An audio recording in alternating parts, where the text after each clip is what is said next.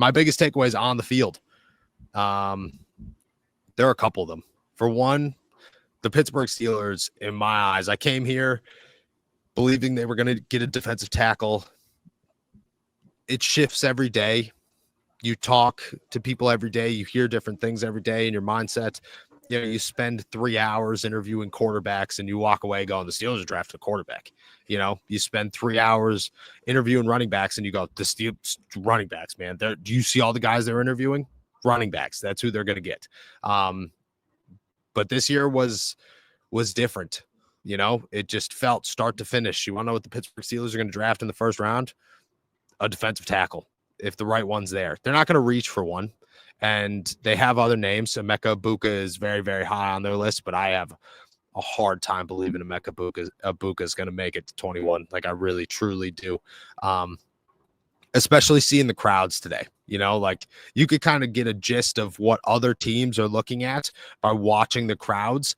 And in the wide receiver crowds, there were two crowds. It was McMillan and Egbuka. They were the only two where there were a large number of people. Besides that, there were a lot of people standing around going, yeah, I already talked to Egbuka and McMillan. So there aren't those, it's not deep enough. A lot of teams have their eyes on these guys. I would expect that he goes early, but if he does, he's on the list.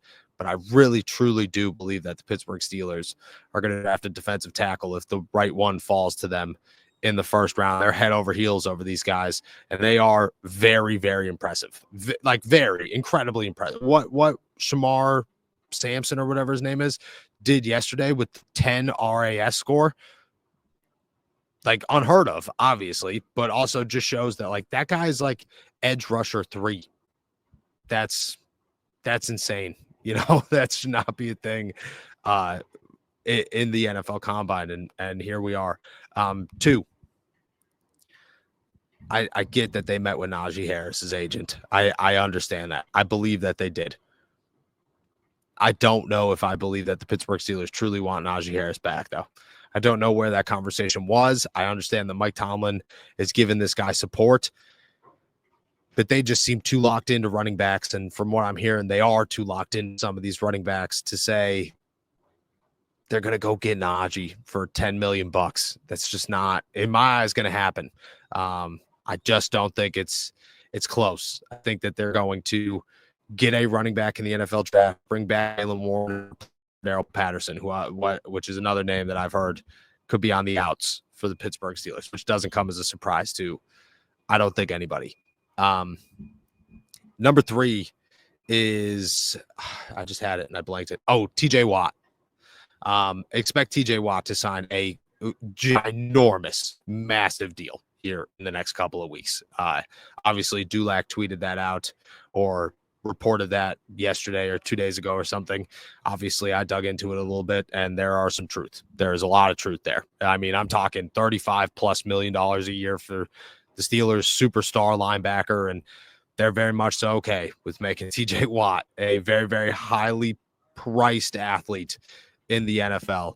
And when it comes to the rest of them, I think they're going to get a backup quarterback in the NFL draft. And I really, truly wouldn't be surprised if they don't get one of their top wide receivers. They don't touch a wide receiver in this draft. Crazy to say, but I just don't think the interest is all there. Just tossed a lot at you. I'm going to let you talk because I think that I'm about to get run over by a maintenance truck. So your thoughts on everything I just laid out this week in Indianapolis? I mean, the last part is probably the one that's the most shocking to a lot of people. The Steelers not being in on a wide receiver in this draft, potentially, not guaranteed. But you look at their wide receiver room right now and you say, all right, if they get somebody in free agency, that's going to be a pretty busy room, right? You have George Pickens as your number 1. Whoever you draft will be your number 2. But they're really hoping that Roman Wilson is going to turn into something. I understand that everybody's, expectations were high last year and they were let down considering he only played in 5 snaps total. So I understand that. But at the same time, they had such high expectations for Roman Wilson. Mike Tomlin you'd mentioned that if they talk to you in Mobile, they don't talk to you in the combine. I think he talked to Roman Wilson 3 times. I think it was Mobile, the combine, and at Michigan's Pro Day last year. So Yeah. it feels like they were so high on Roman Wilson that shouldn't fade after a season where he was plagued by injuries. Maybe they didn't like the attitude or something off the field. I know we've heard rumblings about that, but overall, I think they really liked Roman Wilson, and I think they really liked the steps that Calvin Austin took forward. So if they're not going to get one of these top guys, if they're going to instead go defensive line or go running back or go backup quarterback, it makes sense that they wouldn't say, oh, let's use a 5th-round pick on a wide receiver, because, well, why would you do that when that's not going to get you anything better than what you already have as a number 3 in Calvin Austin, or a number 4 that could potentially, grow to a number 3 or maybe even a number 2 in Roman Wilson. That to me is a little shocking, because we've been circling Emeka Egbuka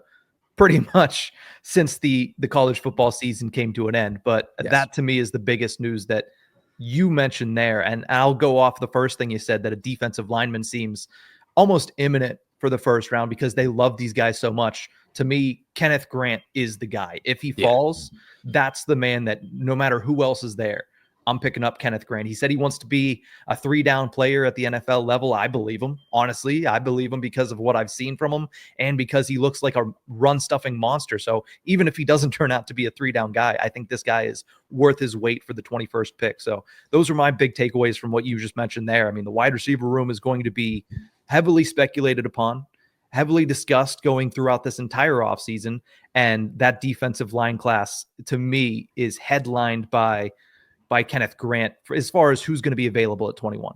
Yeah, I think the wide receiver thing comes as a shock to everybody, and we'll see how it shakes out. A lot of movement can happen in the next couple of weeks, but I think it more so just puts a stamp that the Steelers are going to trade and sign wide receivers, and they're going to go after veterans, and that's the way they're going to do it. I truly believe in a Cooper Kupp or a Deebo Samuel trade. I really do. I truly believe that they're going to sign somebody splashy in free agency. I think that's also the move. But again, lots going on here, and there's lots left. Like you said, this is just the beginning. They meet with guys and they have some conversations, but they get back Sunday morning or I guess Monday morning maybe, and that's when everything starts. That's when the offseason gets underway.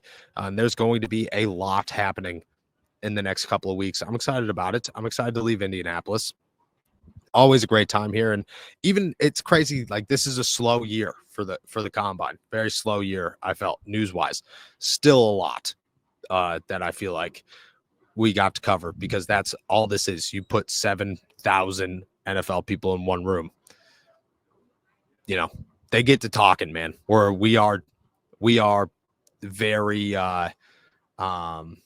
what's the word when you're always talking? Gossipy people, man. NFL, all gossip all the time.